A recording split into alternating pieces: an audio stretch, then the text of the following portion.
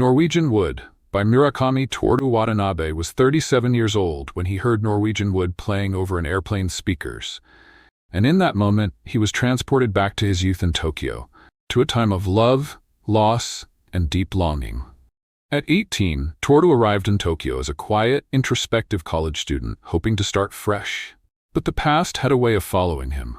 He had lost his best friend, Kizuki, to suicide, and though he tried to move on, Kizuki's absence lingered like a shadow over his life.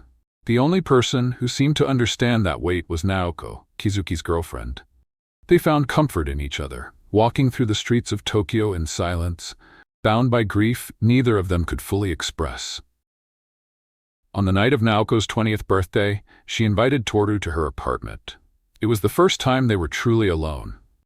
That night, they made love, an act not of passion, but of sadness, as if trying to hold on to something that was already slipping away.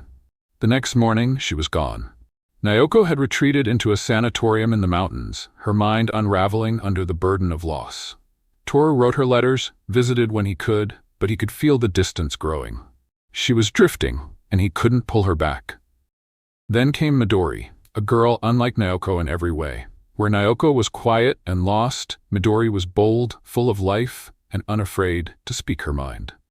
She pulled Toru into the present, making him laugh, challenging him, forcing him to live. But even as he was drawn to Midori, his heart remained tied to Naoko, to the past he couldn't let go of. Naoko's letters became more fragmented, her words tinged with despair. And then one day, the news arrived. She had taken her own life. Just like Kizuki. Just like before. Grief consumed Toru. He wandered aimlessly, lost in a world that no longer felt real.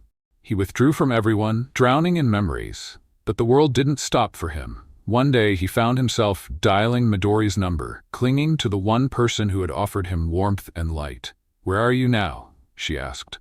Toru opened his mouth to answer, but he didn't know. He was lost. He was nowhere. And in that moment, the story ended. Not with an answer, but with the lingering question of whether Toru would ever find his way back to life.